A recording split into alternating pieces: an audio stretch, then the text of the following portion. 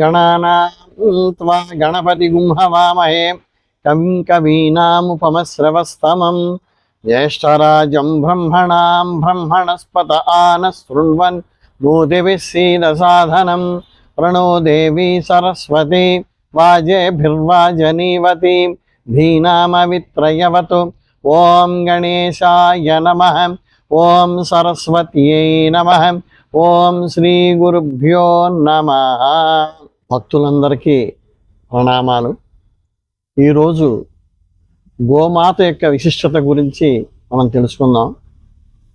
ఇప్పుడు ఉన్న ఈ కాలమాన పరిస్థితులను బట్టి గోవు యొక్క పూజ తగ్గిపోయింది. గోమాతను మనం రక్షించుకోలేకపోతున్నాం. కాబట్టి భక్తులందరూ కూడా గోమాతను రక్షించుకోవాలి, గోమాతను పూజించుకోవాలి. ఈ గోవుని పూజించడం అనేది యుగాలత నుంచి కూడా ఈ గోవుని సంరక్షించుకోవడం, గోవుని పూజించుకోవడం అనేది ఉంది. ఈ గోవుని పూజించడం వల్ల సకల దేవతలు గోమాతలో ఉంటారు.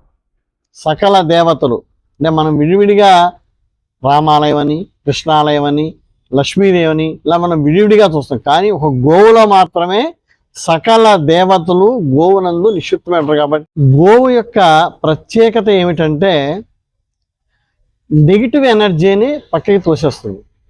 మనం నూతనంగా కట్టుకున్న గృహంలో గోవుని ప్రవేశపెట్టడం వల్ల అక్కడ ఉన్న నెగిటివ్ ఎనర్జీ పక్కకి తప్పుకొని గృహశాంతి, మనుషుల మధ్య కమ్యూనికేషన్ అంటే భార్యాభర్తల మధ్య అన్యోన్యత, తల్లి కొడుకుల మధ్య అన్యోన్యత, ఒక సహృద్భావం పెరిగి ఆ ఇంట్లో సుఖశాంతులు ఉంటాయని చెప్పేసి నేను ఘంటాబద్ధంగా చెప్పగలను.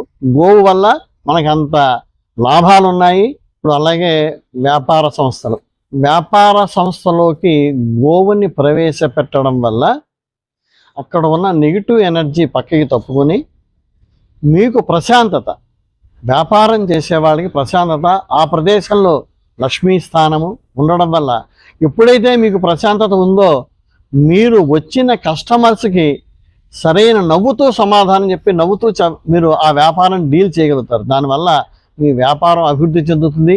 మీ వ్యాపార స్థలంలో మీరు పూజ చేసే పూజా మందిరంలో ఒక గోమాత విగ్రహం అంటే గోమాత ఆవు దూడ పాలు తాగుతున్న విగ్రహాన్ని పెట్టుకుని దానికి కూడా ప్రతిరోజు పూజ చేయండి. అంటే మీరు కొలుసుకునే మీ కులదేవత ఎవరైనా సరే వారితో పాటుగా ఈ ఆవు దూడ బొమ్మ కూడా పెట్టుకుని దానికి కూడా పూజ చేయండి. మీ వ్యాపారం చాలా సానుకూలతగా జరుగుతుంది. కాబట్టి భక్తులకి నేను చెప్పేది ఏమిటంటే వారంలో ఒక్కరోజైనా మీకు కుదిరినప్పుడు మీకు దగ్గరలో ఉన్న గోశాల వద్దకు వెళ్ళి గోవులతో ఒక గంట సేపు మీరు మీ పిల్లలతోటి కాలక్షేపం చేస్తే వాటితో కడితే ఆ గోశాలలో ఉన్న గోవులు వదిలే ఆక్సిజన్ మీరు పీల్చుకోవడం వల్ల, ఆ పర్యావరణం వల్ల మీలో ఉన్న నెగిటివ్ ఎనర్జీ బయటికి వెళ్ళిపోయి ప్రశాంతత, మానసిక ప్రశాంతత కలిగి మీరు చాలా వృద్ధిలోకి వస్తారు. మీకు అన్నీ కూడా పాజిటివ్ థింగ్స్ ఎక్కువ వస్తాయి. కాబట్టి ప్రతి వాళ్ళు కూడా మీకు దగ్గరలో ఉన్న గోశాలకు వెళ్ళండి. నేను చెప్పేది ఇప్పుడు రాజమండ్రిలో మాకు సరస్వతి ఘాట్లో గోశాల ఉంది.